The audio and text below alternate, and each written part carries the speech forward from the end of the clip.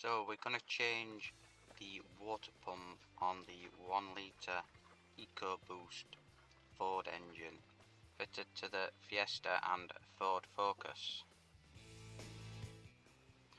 The water pump is located at the top on the right hand side, seen here. We're going to need to remove the auxiliary belt first, but before you do that you will need to loosen the three 10mm bolts holding the pulley onto the water pump. Once you have loosened them, the tensioner loosens like this.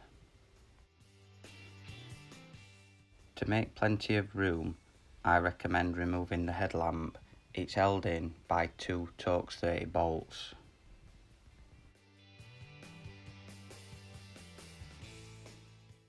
Remove the induction pipe, seen here.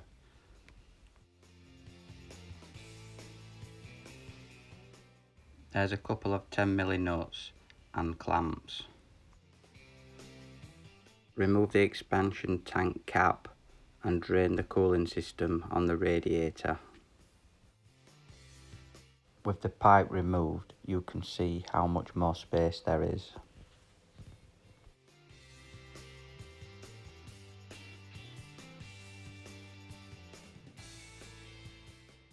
Now all that remains to do is remove the remaining fastening bolts. The water pump should now pop off. Here's the old and new, just check and compare that they're both the same. Give the mating face a really good clean.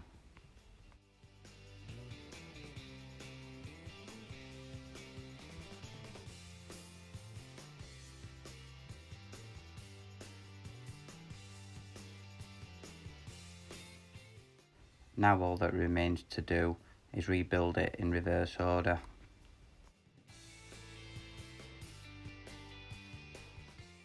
Tighten the pulley bolts when the belt is back on.